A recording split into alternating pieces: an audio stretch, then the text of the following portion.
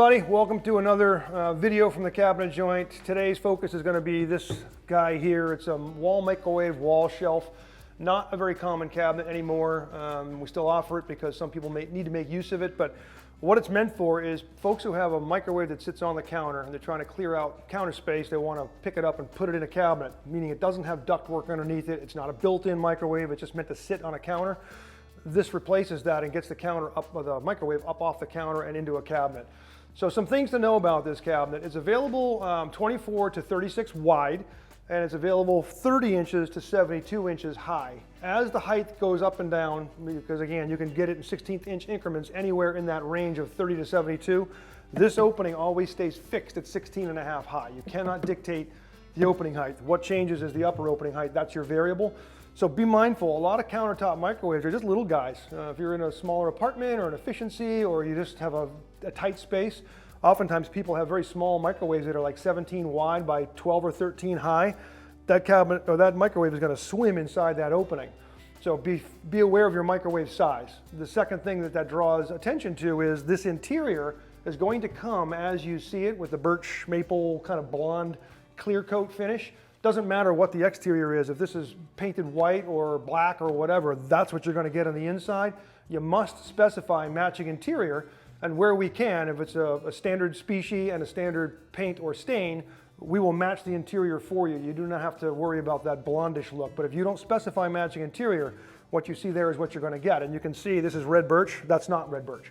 So just a point to be aware of.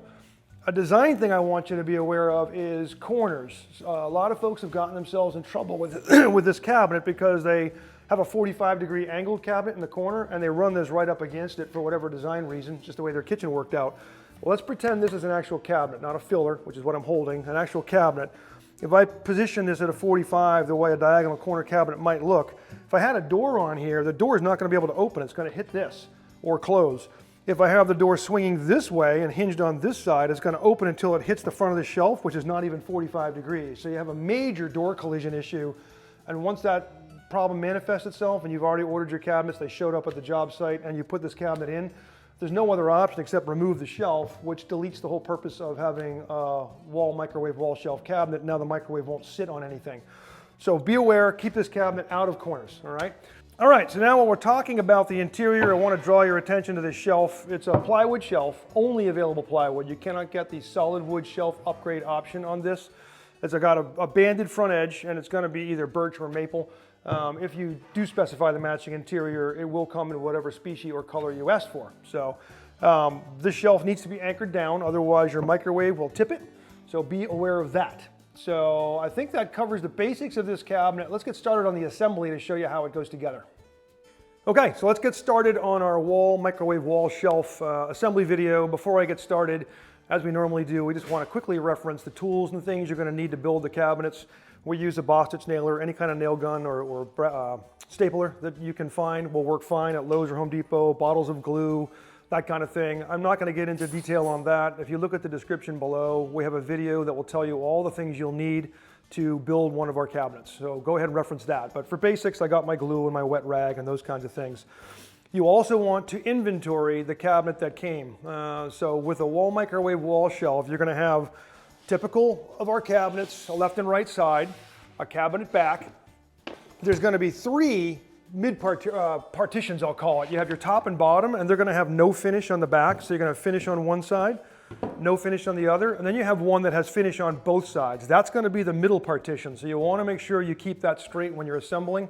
Unfinished on one side is going to be top and bottom. Both sides is going to be your middle. So try to keep them a little separated. And then what makes the microwave wall shelf such a weird cabinet is the microwave shelf itself. This is an 18-inch deep shelf with this kind of edge-banded rounded shelf. This is what sticks out beyond the cabinet box itself to hold your microwave. So this just sets in place at the end of the assembly, which I'll show you. Other than that, it's going to assemble a lot like a standard wall cabinet would. So you'll notice on this, you're probably saying, why does it have these metal pieces hanging off the front frame? Most of the cabinets we do are inset these days, but we do a lot of overlay as well. So if you're doing inset cabinets, I want you to go right to the description below and look at the link that talks about, it's going to take you to a video that talks about how to put these brackets on for your inset doors and drawer fronts. before you assemble the box, okay? So if you're doing inset, any kind of prep work for hinges for doors or support brackets for drawer boxes has to be done before you build the cabinet. If you're overlay, just stick with us and you can jump right into the assembly with us. So I've already gone through and put the brackets on, so we're ready to start building. It always starts with a bottle of glue. We like Type 1-2. It's a piece of cake to buy at Lowe's or Home Depot. It's kind of a premium glue, but you can use any kind of non-foaming wood glue. Don't use like Gorilla Glue where it's got that foaming thing. It'll smear all over your cabinet faces. You want a white wood glue, and lots of people make them. So what we're going to do is you have two shoulders with a groove in the middle for your splines. You're going to put glue on both those shoulders, on both sides of the cabinet, and then anywhere a partition contacts the cabinet face. So I'm going to put glue here. So any glue squeezes out, it's going to go out this way. I don't want to glue that little edge. I'm going to glue here on the mid partition again, so any glue will squeeze this way and not into my finished surface, and then here on this bottom. So we're just going to take our glue bottle and get busy. These hinge brackets get in the way sometimes, so you don't have to put glue where the hinge brackets are. You might fight that a little bit.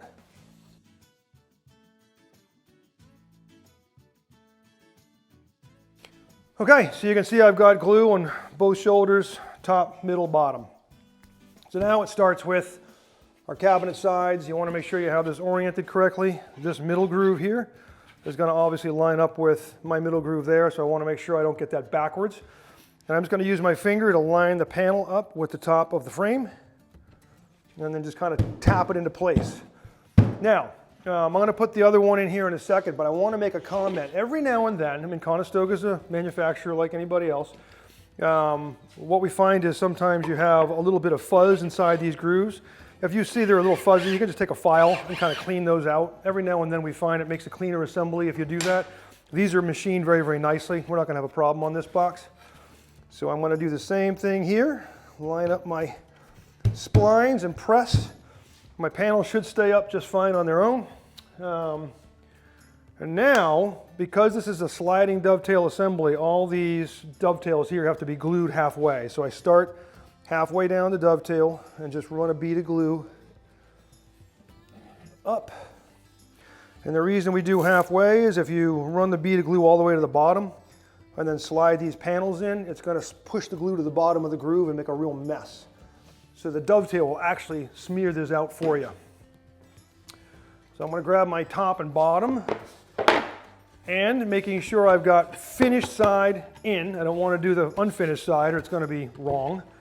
We don't like wrong. We're going to line our dovetails up and then you just kind of press. And you'll feel those dovetails or those splines lock in at the bottom. What we're aiming for here is no gap between the front frame and the front of that panel. And now I'm going to do the same thing here.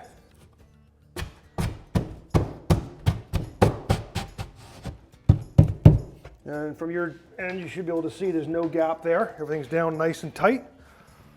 And then I'll put in my middle partition. Again, finished both sides. Splines down.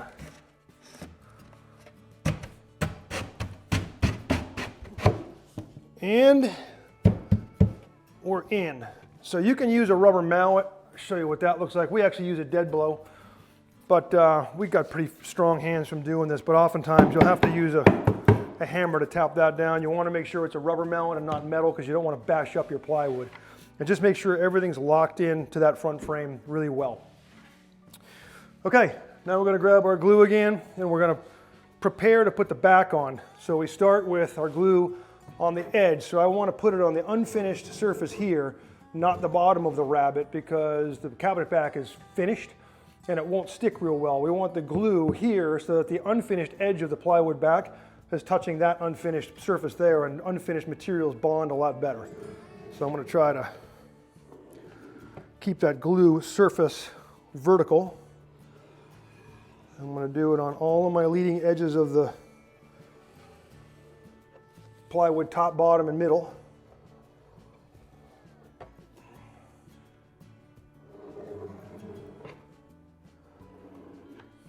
Okay, I'm going to take our cabinet back.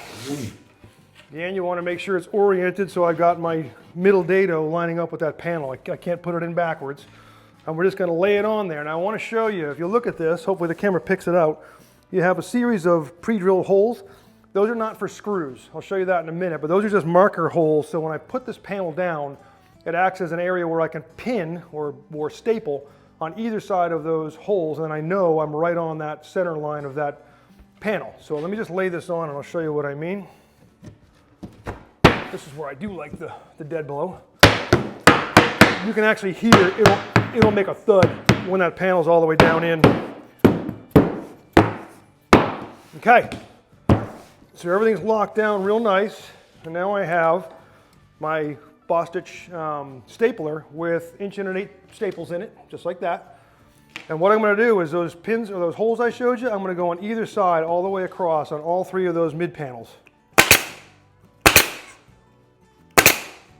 And what I often do is use my finger as a guide, and that way the gun never changes because my finger is acting like a fence.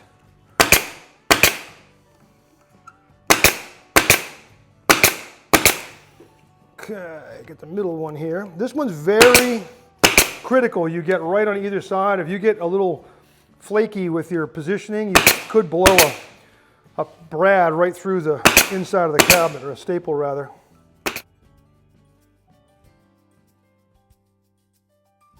So now we have our back fastened this way, but now we have to anchor it to the actual cabinet sides.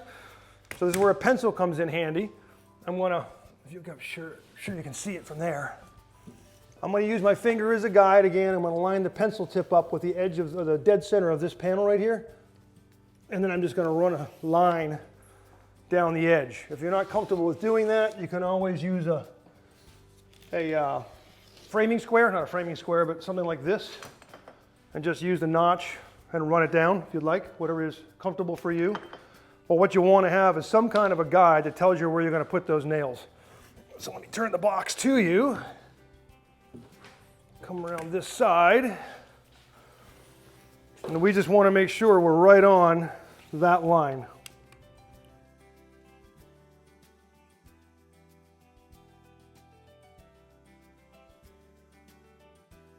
For astute viewers, you may ask, well, what is going on? He's got unfinished sides here, and my cabinet has finished sides.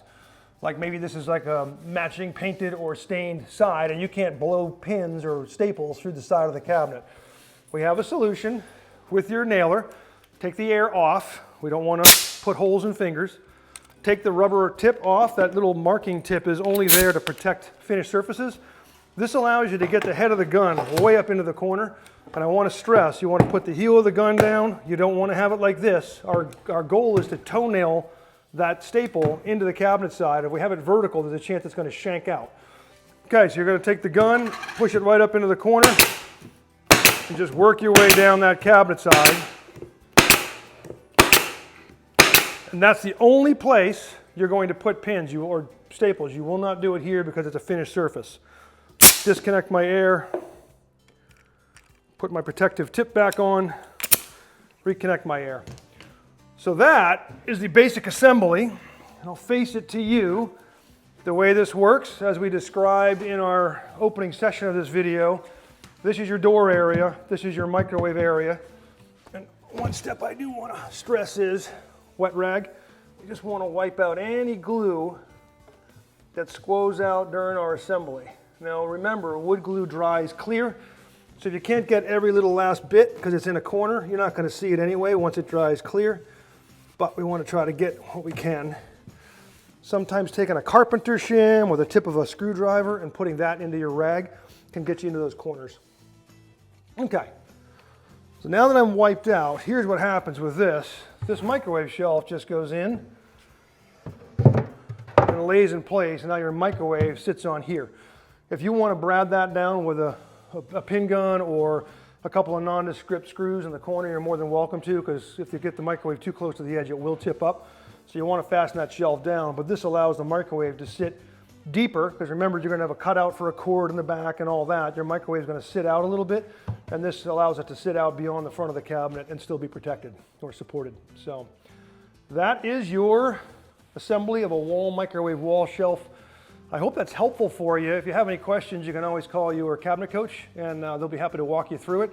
It's a great little cabinet. We are seeing more built-ins now. This is really only desirable if you have a counter setting microwave and you just want to get it up off the counter.